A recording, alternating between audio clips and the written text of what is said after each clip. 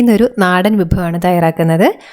വാഴക്കൊടപ്പൻ അല്ലെങ്കിൽ വാഴച്ചുണ്ട്, വാഴപ്പൂവ് എന്നൊക്കെ പറയും. ഇതും പിന്നെ വൻപയറും ചേർത്തുണ്ടാക്കുന്ന പോഷകസമ്പുഷ്ടമായിട്ടുള്ള ഒരു ഉലർത്താണ് ഇന്നത്തെ റെസിപ്പി. വാഴക്കൊടപ്പന് നിങ്ങളുടെ നാട്ടിൽ എന്ത് പേരാണ് പറയുന്നത് എന്നുള്ളത് കമൻസിലൂടെ അറിയിക്കണേ. എല്ലാവർക്കും നമസ്കാരം. പാചകത്തിലേക്ക് എല്ലാവർക്കും സ്വാഗതം. എല്ലാവരും സുഖമായിട്ടിരിക്കുന്നെന്ന് കരുതുന്നു.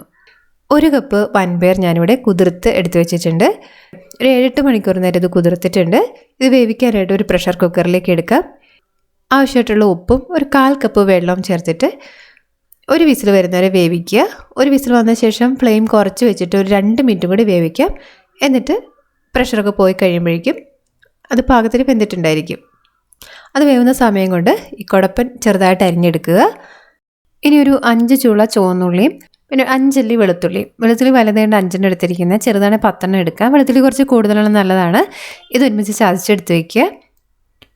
എന്നിട്ടൊരു പാൻ അടുപ്പത്ത് വെച്ച് കുറച്ച് വെളിച്ചെണ്ണ ഒഴിച്ച് ചൂടാക്കുക. എണ്ണ ചൂടാകുമ്പോൾ കടുക് ചേർത്ത് പൊട്ടിക്കാം. എന്നിട്ട് ഇതിലേക്ക് ചതച്ച് വെച്ചിട്ടുള്ള ചുവന്നുള്ളിയും വെളുത്തുള്ളിയും ചേർക്കാം. 2 തണ്ട് കറിവേപ്പിലയും ചേർക്കാം. ഈ കുടപ്പനിലേക്ക് ആവശ്യമായിട്ടുള്ള ഉപ്പ് ഈ സമയത്ത് തന്നെ ചേർത്തേക്കാം. എന്നിട്ടിത് നല്ലൊരു ഗോൾഡൻ ഷെയ്ഡ് ആവുന്ന വരെ മൂപ്പിച്ചെടുക്കുക. ഈ ഒരു കളറായി കഴിയുമ്പോൾ ഇതിലേക്ക് ഒരു 3 ടീസ്പൂൺ ചില്ലി ഫ്ലേക്സ്, ഇതിൻ്റെ അളവ് നിങ്ങളുടെ എരിവിനനുസരിച്ച് മാറ്റം വരുത്താവുന്നതാണ്. പിന്നെ 1/2 ടീസ്പൂൺ മഞ്ഞൾപ്പൊടി, ഇത്രയും ചേർത്തിട്ടൊന്ന് മൂപ്പിക്കുക. എന്നിട്ട് ഇതിലേക്ക് അരിഞ്ഞു വെച്ചിട്ടുള്ള കുടപ്പൻ ചേർത്തിട്ട് നന്നായിട്ട് ഇളക്കി യോജിപ്പിക്കുക.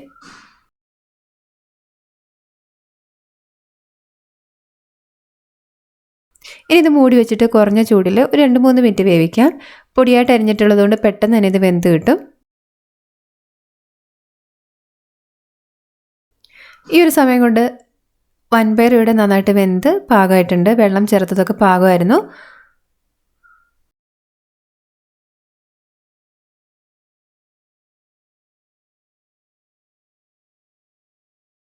കുടപ്പൻ വെന്ത് കഴിയുമ്പോൾ ഈ വൻപയർ ഇതിലേക്ക് ചേർത്തിട്ട് നന്നായിട്ട് ഇളക്കി യോജിപ്പിക്കുക.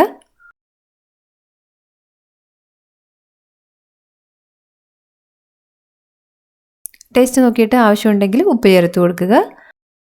ഇനി ഇതിലേക്ക് അല്പം കുരുമുളക് പൊടി വിതറി കൊടുക്കാം. 1 ടീസ്പൂൺ പച്ച വെളിച്ചെണ്ണ ചേർക്കാം.